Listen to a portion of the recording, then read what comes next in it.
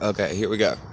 So, I've been doing research, and I saw where Biden ordered U.S. spies to double our efforts in finding the origins of COVID-19. I want to start off by saying I do not think that this virus has its origins in China. Point number one. And I hope I don't butcher the name of the scientific journal. In a scientific journal called Tumori Journal, a study showed that 11.6% of 959 healthy volunteers enrolled in a lung cancer screening trial. This was between September 2019 and March 2020. The study, what they did find in the study is that 11.6% of these people had developed coronavirus antibodies well before February 2019. Mind you, that is months before. All right, I want to give a couple of other facts. Now, I don't have these. Oh, yeah, I do have these written down, actually.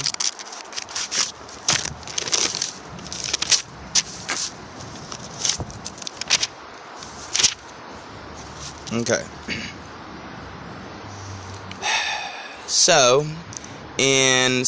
on September 28th, 2018, a report was presented to Congress from our intelligence communities.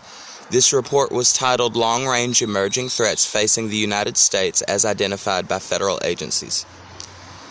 These federal agencies include the Department of Defense, the Department of State, the Department of DHS, and ODNI.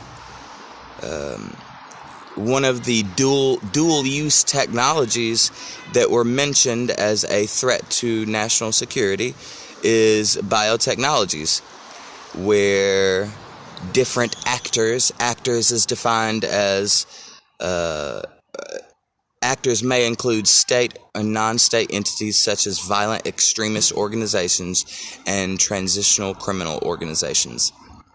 All right, this biotechnology could alter genes and create DNA to modify plants, animals, and humans. Well, it goes on to say that like military use could be used to create genetic codes that do not exist in nature, and a couple other things. In 2017, a year before this report came out, Dr. Fauci was in some kind of hearing, I don't know, congressional, and said that there will be an outbreak, period.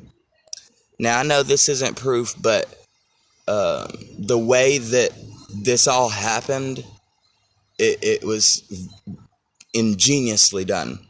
So moving right along, events and demographic changes and infectious disease, new and evolving diseases from the natural environment, exacerbated by the changes in climate, the movement of people into cities, and global trade travel may become a pandemic. Also, we need to be mindful that drug-resistant forms of diseases previously considered treatable could become widespread again.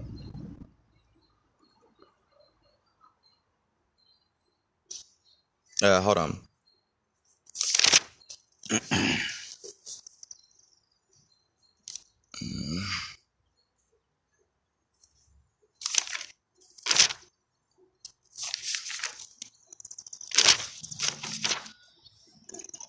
Hold on.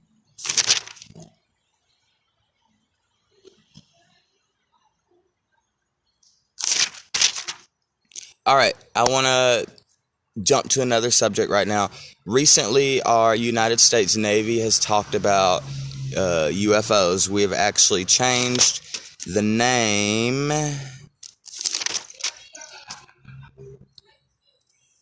Hold on.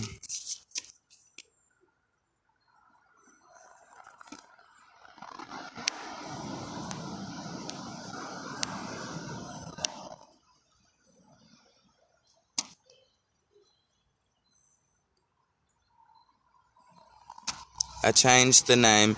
And so, from what I can tell, COVID-19 takes the lives of people with pre-existing conditions and who are older. People who are kind of walking down the street and almost to the dead end. I hate to say that. I apologize. I don't want to offend anybody. Every loss is a terrible loss.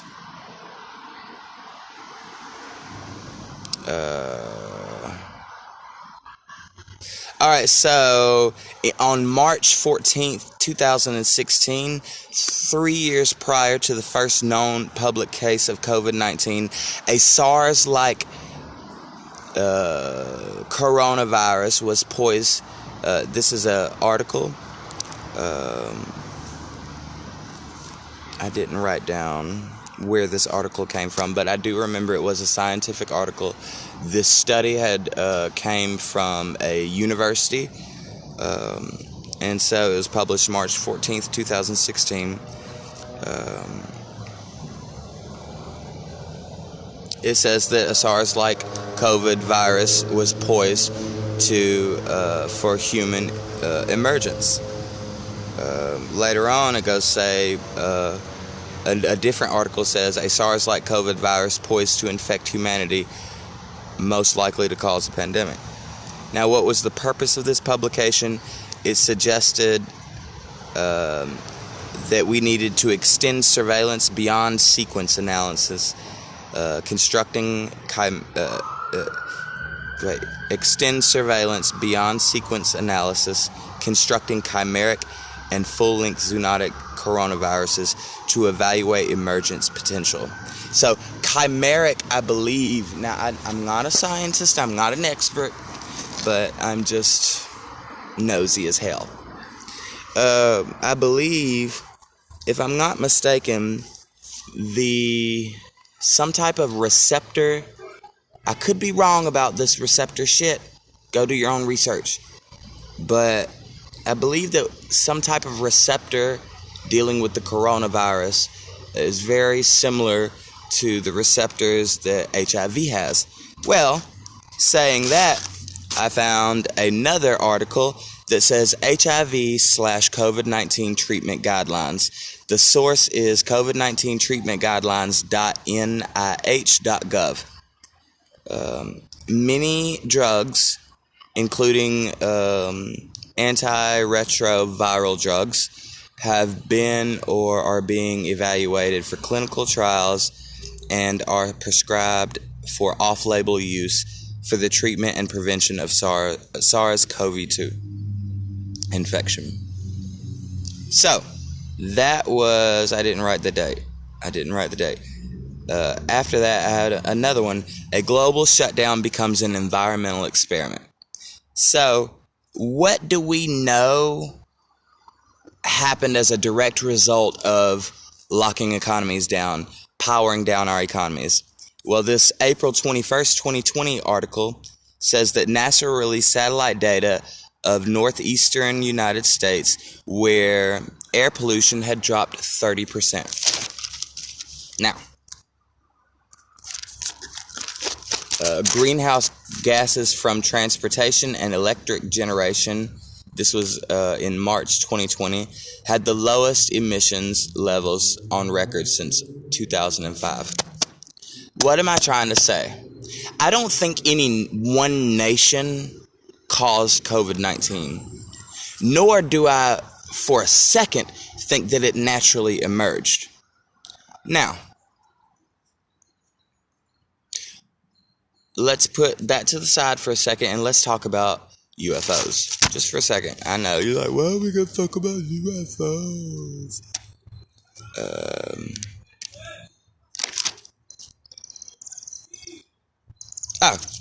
I also want to point out that a lot of the claims about China and the Wuhan virus, the Wuhan virology lab. Now there was a scientist by the name, I believe her name was Dr. Hold on. I really need to be more organized. Okay, so there was this lady in China named Dr. Shi. She had been traveling all over the world, finding bats who had, learning how to manipulate coronaviruses. Now, that became public. There were several, later there were several reports of, safety issues, and so, when you allow, like, take me for instance, when you allow yourself to be caught up in something like that, it's very easy to shift the blame on you from elsewhere. So, that being said, an organization, a news organization called the Epoch Times, reported on this. They also made several other connections that I think might have just been coincidental. In other words, what I'm trying to say is I believe China is being framed for COVID-19. I don't think that it was their fault or that it originated there. We know it didn't originate there because the first cases we now see were more than 6 months before the first case in Wuhan was reported. So what happened with that, it was not as deadly. The lethality of that virus, so it emerged, it really didn't cause no problems, and so the antibodies remained in these people. So, also, in order for something to be a bioweapon, a biological weapon, it has to fit certain criteria. And one of the criteria is that whoever's going to use it, the country that's going to use it, can also already inoculate themselves from it. What else? So the reason it was so easy to shift the blame to China by putting it there is that in 2004, a SARS virus escaped a lab in Wuhan, allegedly. Mind you, this is from the Epoch Times. I want to express to you who is behind the Epoch Times. Now, the Epoch Times is one of the larger funders, is that a word? I don't know. One of the larger funders of Donald Trump's campaign. Now, I don't know if y'all remember, but I came to y'all and told the American people that Donald Trump had the intention of destroying America. I was like, you could put America first, or we can save the soul of a nation.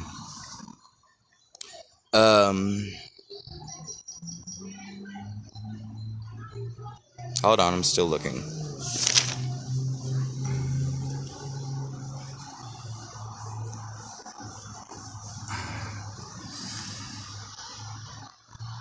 And so you're like, Justin, what? Oh, also, there were a couple of extra things that were done during the Trump administration. He might actually have been trying to shield us. So we look at the biggest problem that humanity faces, which is climate change. We know that resources are going to dwindle. We know that our opposition as far as economic competition were growing stronger, and so of course Donald Trump did things to ramp up the economy. So one of the major issues, and still to this day, after all the shit we've been through the past year and a half, to this day, we still do not listen enough to the scientific community. And so if you put a problem through the scientific method, you'll eventually find a solution. And so if that solution is powering down a society, powering down a nation that is literally threatening the rest of the world by its actions, by the inability to vote in an educated way, by allowing somebody like Donald Trump to take office. You're like, that can't stand. See, I've always said, with democracy comes a price, and that price is education. Being aware of not just of what your needs are, but what the needs are all around the world. And so, did we deserve it? Yes, we did. Absolutely. Abso-fucking-lutely.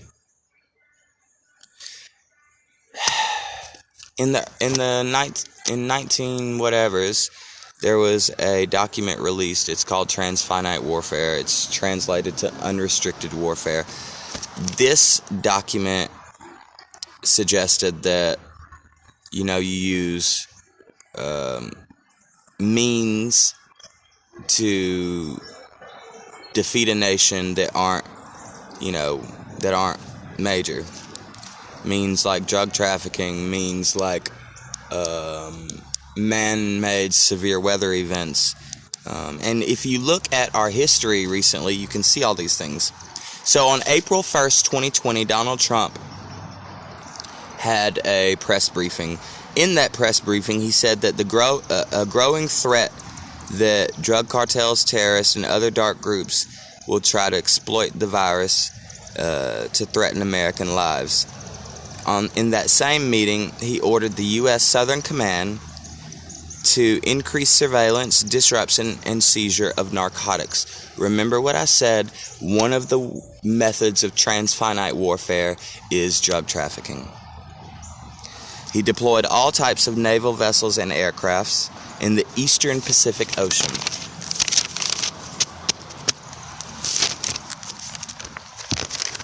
This is the problem, yo.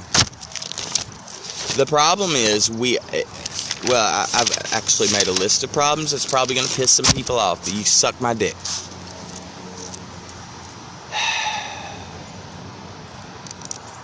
Rich populations were shrinking while poor were growing.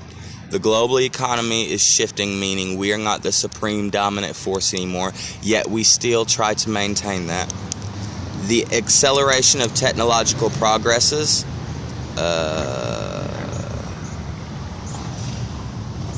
ideas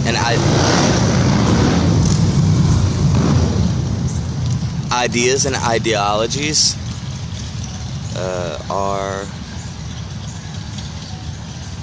are driving a wave of exclusion,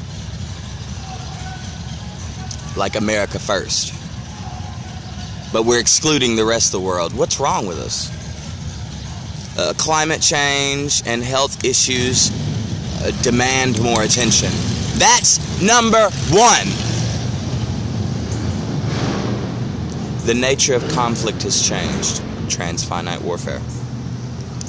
Governing a democracy is becoming harder. Why? Because we are not educating ourselves on the issues that immediately threaten us.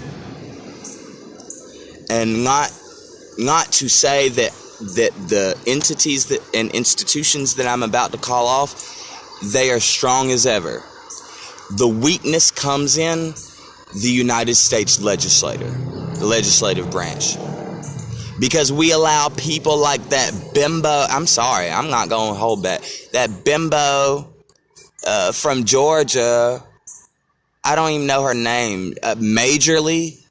What the fuck is that?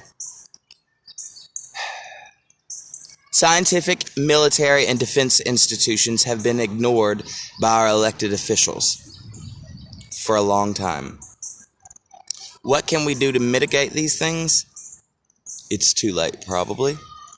We must commit to substantial financial and human resources to developing technologies, solutions, and stuff like that are related to science. We must enlist the best and brightest investigators in both basic and clinical research to find solutions to the world's problems. We have to involve the community through means of transparency and inclusion for all people. And we have to have cross-sector collaboration yesterday. The conflicts that we're going to are likely to last from 2020 to about 5 to 20 more years, depending on how we get this done.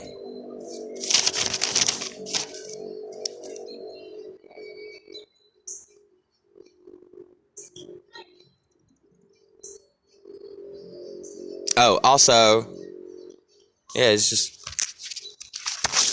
we're a threat to sustainability and stability. Why are we a threat? Because we allowed somebody as fucked up as Donald Trump in our offices.